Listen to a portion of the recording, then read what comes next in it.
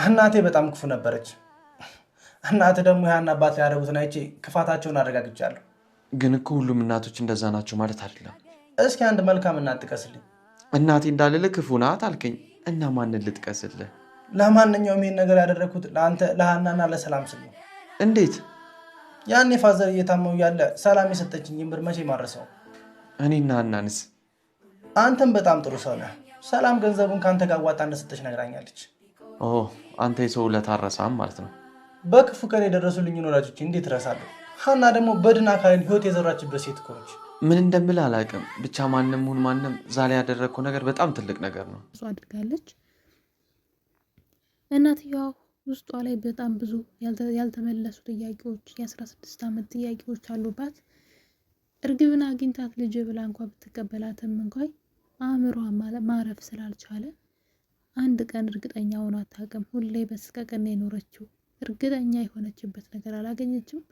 ምክንያቱም ሀናም ልጅ ነኝ ብላ ስለነበረ በሰዓቱ ሴትዋ ግራ ተጋብታለች። በሰዓቱ ሀናን ለመጉዳት ብዙ ነገር ያደረገች፣ ነገር ግን ሀና ሁልጊዜ እውነት አላት። የእርግብ ደግሞ የዛ ቤት ልጅነት ነገሯ እየተሸረሸረ መጣ፣ እየተቀየረች። የዛ ቤት ልጅ ጸባይ እንኳ የላትም። በጣም ሲበዛ ጋጥ ወጥ እየሆነች ስትመጣ ወይዘሮ ሜላት ውስጧ መፍራት ጀመረ። በጣም አእምሮዋ ላይ ጥያቄ ይፈጠርባት ጀመረና አእምሮ እረፍት የለውም። ስለዚህ ሀና ከስሯ ሆነ እማዬ እናቴ ስትላት እንግዲህ ነቅታላታለች ማለት ነው። እኔ ግን ከወይዘሮ ባዩሽ ቢደብቋት ባይ ነኝ። እሷ ሴትዮ እንዳትጎዳት በድጋሚ እሷን ሳታጠፋ የምታርፍ ሰው አይደለችም ወይ ካልታሰረች በስተቀረ። እንደ እሱ አይነት አስመሳይ ጓደኛ ፈጣሪ አያድርስባችሁ። አይታችሁ ከሆነ በጣም ልቧ ያዘነ የተሰበረ መስላ እህቴ ጓደኛ እያለች ስትነፋረቅ ነበር፣ ያዘውን በዋን ማለት ነው። እና እንደዚህ አይነት ጓደኞች አሉ አስመሳዮች፣ እና ከእንደዚህ አይነት ፈጣሪ ይሰውረን። አሁንም ግን ለእሷ አትተኛላትም። ከዚህ በላይ ቤታቸው ውስጥ መቆየት አለባት ብዬ አላስብም። እርግብ ቶሎ ተገኝታ እውነቱን ብትናገርና ወይዘሮ ባዩሽ የምትባል ሰው ከእነሱ ህይወት ብትወጣ ባይ ነኝ። ያለዛ ግን በጣም ነው የሚያስጠላው፣ በጣም ማለት ነው። እሷ በጣም ገንዘብ ስለምትፈልግ በጣም ብዙ መጥፎ እቅዶች አሏት ማለት ነው። ስለዚህ ወይዘሮ ሜላትን ልትጎዳት ትችላለች ከዚህ በላይ ብዬ አስባለሁ።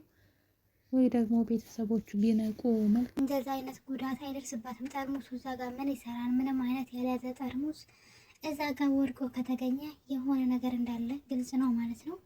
እና እንግዲህ በጣም ብዙ ነገር ቤት ውስጥ የሚችሉትን ነገር ዘርፈው ነው የሄዱት።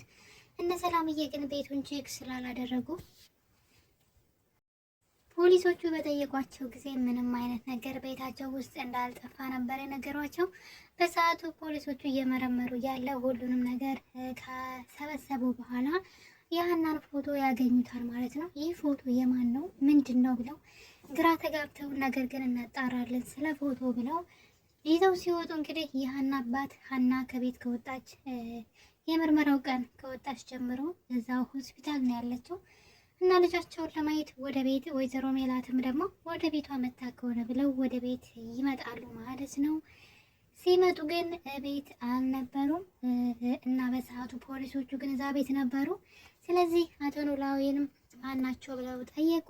እነሱም ደግሞ ሀናን ያሳደጓት የሀና አባት ናቸው ካሏቸው በኋላ እንግዲህ ፖሊሶቹ ስለ ወይዘሮ ሜላት ይጠይቋቸዋል ማለት ነው። ወይዘሮ ሜላትን ትናንት አይተዋቸው አግኝተዋቸው ነበር ወይ ብለው ሲጠየቁ አቶ ኖላዊ ትልቁን ነገር ዘንግተዋል፣ ወይም ደግሞ ነገሩን ቦታ አልሰጡትም። ምክንያቱም ደግሞ አቶ ኖላዊ ሲናገሩ ወይዘሮ ሜላት አዎ አይቻታለሁ፣ እኔ ጋር ነበረች፣ አብረን ነበርን። ያንን ፎቶ ስጠኝ ስትለኝ ቤት ስለሌለን ደሴ በየሰው ልደት ቤት የተነሳችውን ፎቶ አምጥቼ እሰጥሻለሁ ብያን ነበር እዚህ ቀደም። በዛ ምክንያት ወደ ቤት መታ ነበር እና ምን የተለየ ነገር አየባት ተብለው ሲጠየቁ ያው ተደናግጣለች ነው ያሉት። ነገር ግን እሳቸው እንዳሉት አልነበረም። ወይዘሮ ሜላት በጣም ስታለቅስና ስትጮህ ልጄን አሳዩ፣ ልጄ ናት፣ ይቅርበኝ እያለች በጸጸት ስታለቅስ ነበረ።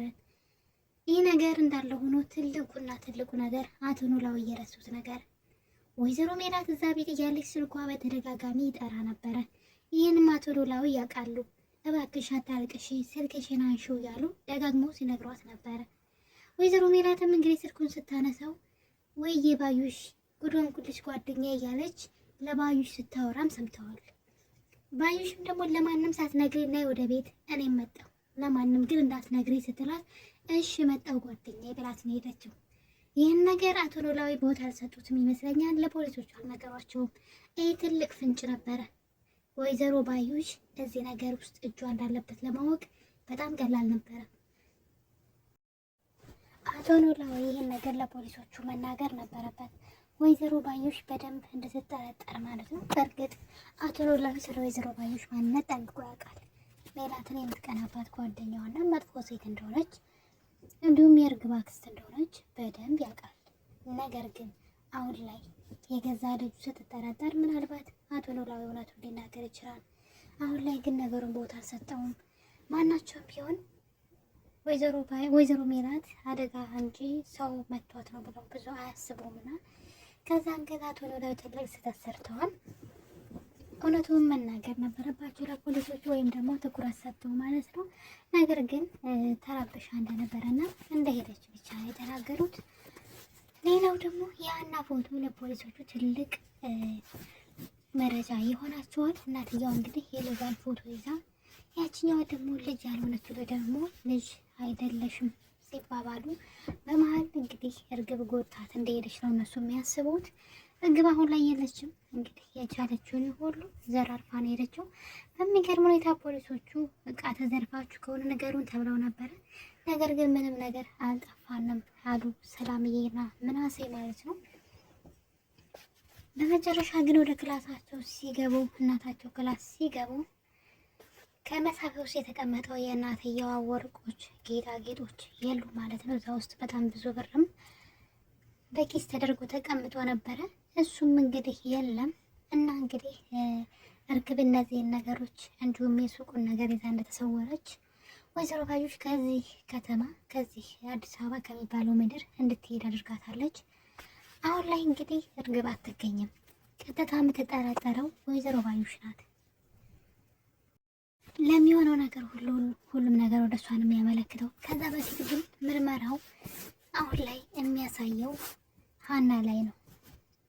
ሀና ጠርሙሱን ስለነካችውና አሻራዋን ስላስቀመጠች በምርመራ የወይዘሮ ሜላት ባዩሽ ማንነት አይታወቅም። ወይዘሮ ባዩሽ ያስቀመጠችውን የእጅ አሻራ ሀና ስላጠፋችው አሁን ላይ ወይዘሮ ሜላት ላይ በሆነው ነገር ወይዘሮ ባዩሽ የምትጠረጠር አይመስለኝም። ይሄ በጣም ነው የሚያናድደው። ነገር ግን የምር በሰው ተመታ መሆኑን ፖሊሶቹ ከደረሱበት አቶ ኖላዊ ለመጨረሻ ጊዜ እሷ እንዳወራቻትና የቤት ነኝ ለማንም ሳትነግሪ ብላ እንዳለቻት ስለሚያውቁ ይህን ነገር አብራርተው ለፖሊሶቹ ቢሰጧቸው ቶሎ ብለው መረጃውን ይደርሱበታል ማለት ነው። የእጅ አሻራዋ ግን በፍጹም አይገኝም ማለት ነው። ነካክተውታል። ሀና በተለይ በየተራ ሁሉም ነገር እያነሳች ነበር ስትነካከ የነበረው እና በሚያሳዝን ሁኔታ ለጊዜው ተጠርጣሪ የምትሆነው ሀና ናት ማለት ነው። እና ለወይዘሮ ባዩሽ ለጊዜው ያለበትን ነገር አድርጋላታለች። እሷ ግን በጣም መጥፎና ጨካኝ ሰው ናት። በጣም ገንዘብ ወዳድ ቀናተኛ ናት። እና እንግዲህ ያን ማስመሰሏን ይዛ ወደ ሆስፒታል በመምጣት ያዘነች መስላ ነገሮችን ሁሉ እየመረመረች ትገኛለች። እንግዲህ አፍኛም ቢሆን ገልሻለሁ እያለች እየፎከረችባት ነው። እና እንግዲህ በዚህ መሀል ነበረ ፖሊሶቹ ድጋሜ ወደ ሐኪም ቤት ይመጣሉ። በባለፈው ክፍል በክፍል 90 ላይ ፖሊሶች መጥተው የሁሉንም የቤተሰቡን አሻራ ወስደው ነበረ። ነገር ግን ግራ ገባቸው ስለ አሻራው። ምክንያቱም ደግሞ የሆነ ልክ ያልሆነ ነገር አለ ብለው ድጋሚ አሻራ ለመውሰድ መጥተዋል። እሱም ደግሞ የሀና አሻራ ትንሽ ግራ ሳያጋባቸው አይቀርም። እንግዲህ ሀና በሰዓቱ ሆስፒታል ከእናትና ከአባቷና ከወንድሟ ጋር ሆስፒታል ነበረች ለምርመራ እዛው ሆስፒታል ነው። እሷ መታቻት እንዳይባል እንግዲህ ለሰበብ እንኳን ማይመች በሌለችበት የእሷ አሻራ ስለተገኘ በጣም ግራ ተጋብተው እንግዲህ ድጋሜ ሌላ አሻራ ለመውሰድ ወደ ሐኪም ቤት ይመጣሉ ማለት ነው። እንደምታዩት ወይዘሮ ባዩሽ ቁጭ ብላ ነበረ። ከወይዘሮ ሜላት አጠገብ ማለት ነው ብዙ ነገር እየተናገረች ነበር፣ እየፎከረች ነበረ። ነገር ግን ዶክተሮቹ መጥተው ፖሊሶቹ ማለት ነው ስለ አሻራ ደጋግመው ሲናገሩ ማለት ነው ስለ አሻራ ብዙ እውቀት የላትም ምንድን ነው እያለች ደጋግማ ነገሩን ለማወቅ ብትሞክርም የሚያስረዳት ሰው ታጣለች። ለአንዳንድ ነገር ነው አናውቅም የሚል መልስ ነበር የተሰጣት። ነገሩን ብዙ ቦታ አልሰጠችውም። ምክንያቱም አሻራ ምን እንደውም ያወቀች አይመስለኝም። ቤት ውስጥ ያሉ ሰዎችን በእርግጥ አልገባቸውም ነገሩ፣ ግን ያው የሚፈልጉትን ያድርጉ ብለው ነው። እና እንግዲህ ይህን ነገር ስትሰማ ግን ወይዘሮ ባዩሽ አይ በቃ ይሄ የቤተሰብ ጉዳይ ነው ብላ ትታቸው ትወጣለች። በዚህ መሀል እንግዲህ እሷ ከወይዘሮ ሜላት ጋር ቁጭ ብላ እያለ ድንገት ሀሲር ወደ ክላሱ ይገባል ማለት ነው። ወይዘሮ ሜላት ወዳለችበት የሕክምና ክላስ ሲገባ ወይዘሮ ባዩሽ ቁጭ ብላ ነበረ። አንተ እዚህ ምን ትሰራለህ ስትለው በመደንገጥ እሱ ደግሞ አንቺ ራስሽ እዚህ ምን ትሰሪያለሽ? እንግዲህ እርስ በርስ እሷም የሆነ ነገር እየተከታተላት እንደሆነ ምንድን ነው ሌባ ልጅ ምንድን ነው ልጇን አታምነው ነው ወይም ደግሞ ብቻ ምንን የበላ ለፍልፍ ለፍልፍ ይለዋል ይባላል። እሷ እንደዛ ነው እየሆነች አለችው። ባየቻቸው ቁጥር ትበረታለች፣ ትደነግጣለች። እና እንግዲህ እዚህ ምን ትሰራለህ የሚል ጭቅጭቅ ታነሳለች። እሱም አንቺ ራስሽ እዚህ ምን ትሰሪያለሽ ሲል ይመልስላታል። እና በነገሩ በጣም ትበሳጭና እየተከታተልከኝ ወይ ነህ ወይ እየተከታተልከኝ ነው፣ አማርኛው ጠፋብኝ፣ እየተከታተልከኝ ነው ትለዋለች። እርሱም እንግዲህ ለምን እከታተልሻለሁ እኔና አንቺ እንተዋወቃለን እንዴ ከዚህ ቀደም የት ነው የምታውቂ ብሎ አፋጦ ሲይዛት ተደነግጥና ዝም ትላለች። እንግዲህ